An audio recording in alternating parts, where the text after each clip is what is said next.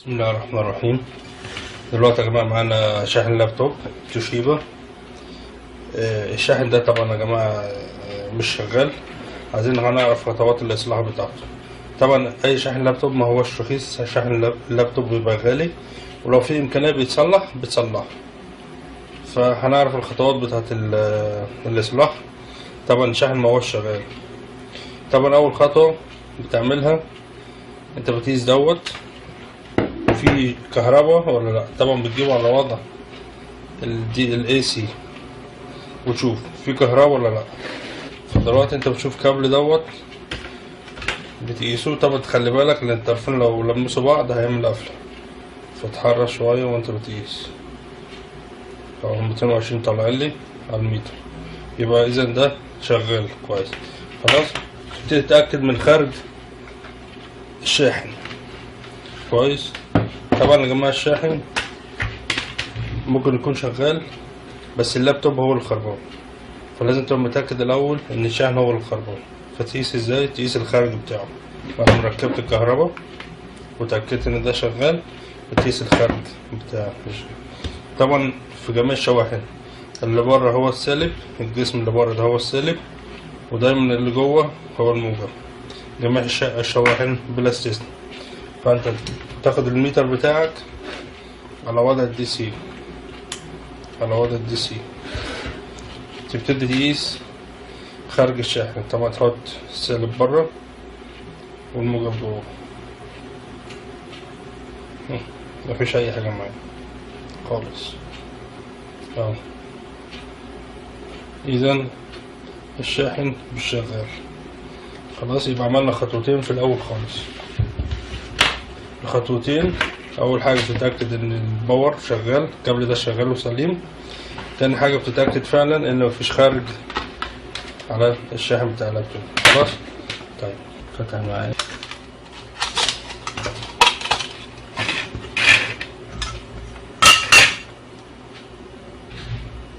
طبعا اول حاجه اخش عليها الفيوز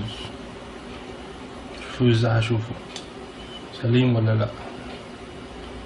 تمام، نخش على الفيوز نشوفه. درس عملي على الطاير. تجيب الفيوز على وضع الصفارة وتقيس الفيوز بتاعك هل شغال ولا لا، بس معتقد شغال.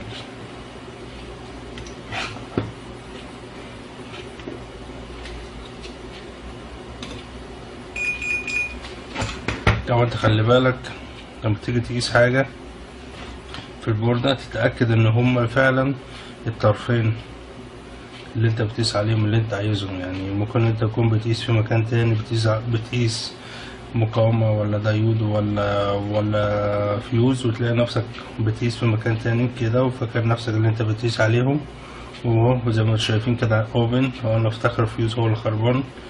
فلا تخلي بالك، ركز في الموضوع ده او تتأكد ان النتاعات بتتلخبط، يعني المكونات من تحت بتلخبطك. فانا بس بقيس جنب الطرفين، هم فين الطرفين دول اهو.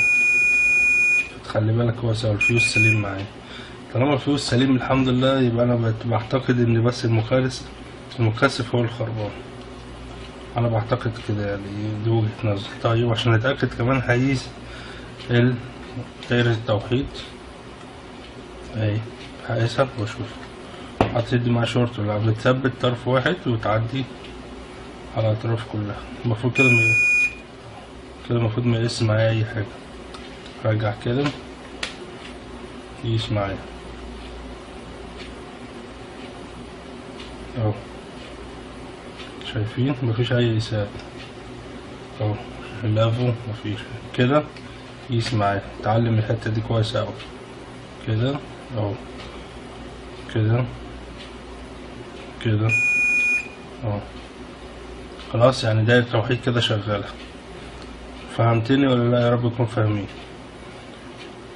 طبعا دايما الاطراف هنا هم اللي انا بقيس عليهم، هم دول السالب والموجب هنا، واللي في النص دايما اللي هو داخل AC. فانت تثبت على الموجب. المفروض كده اهو. قياس كده قياس. خلاص واصلة. يا رب يكون حاجة واضحة كده. تعكس الاطراف، تخلي الاسود هنا كده، مفيش حاجة، مفيش اي حاجة، اوبن مفيش اي توصيل. اذا ده توحيد شغال. طبعا يا جماعة عايزين بقى نشتغل شوية شغل احترافي كده. عايزين نقيس الجهود ونشوف. يعني احنا شوفنا كده على البارد طبعا باين ان هو المكثف. خلينا نشتغلوا شغل يعني ايه احترافي. بالنسبة طبعا الناس المبتدئة محترفين الكلام ده مش هيفيدهم بحاجة. طبعا قبل اي شيء هنشغل احتراف، هنحط الباور في الكهرباء.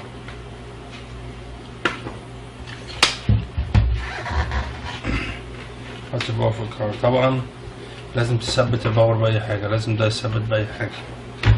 حط أي حاجة ثبته بيه. ليه؟ لأن ممكن يتحرك في أي وأنت شغال، أثناء ما أنت شغال مش بيشتغل ممكن يتحرك فيعمل لك قفلة ويخرب منك.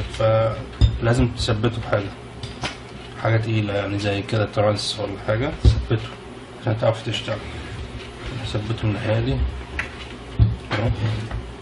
عشان أعرف أشتغل. خلاص. طيب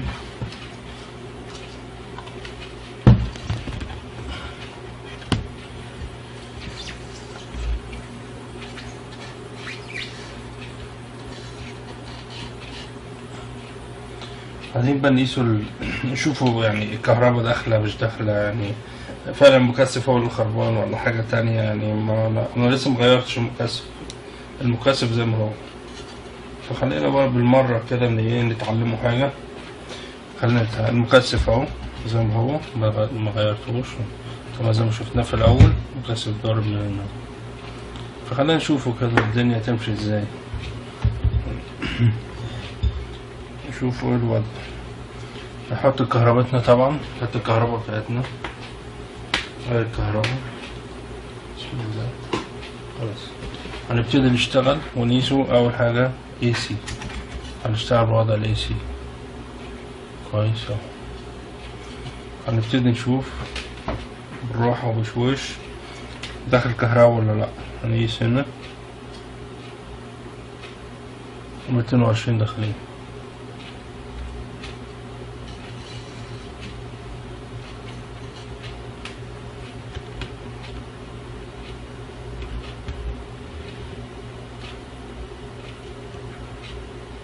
ادي 220 داخلين.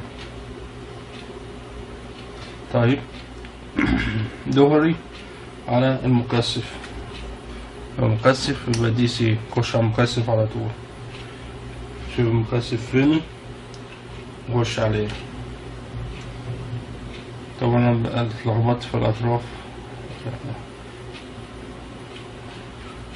المكثف هشوف اطراف طبعا بحذر شديد. ارجع كده وامسك كده من بعيد. هذا المكثف التلفون بتوعه هنا اهو. شوف المكثف طبعا دي سي، شغل المكثف دي سي. هذا تلفون المكثف بكل حذر. علم 300 تمام. إذا المشكلة مش في المكثف. طيب خش هنا في 300 على ترانزستور التقطيع. طيب نطلع قدام ونشوف الكابل هل في خارج ولا على الكابل. شوف كده في 16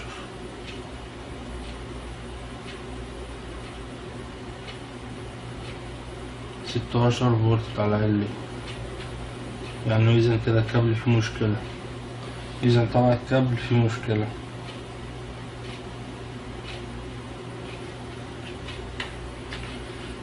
شوف هنا مفيش أي حاجة. شوف هنا في 16، يبقى انا قست على الخارج هنا الكابل فيه مشكلة، طلع الكابل فيه مشكلة. 16 طالعين بس، هما كام؟ هو كام فولت؟ كام فولت؟ 15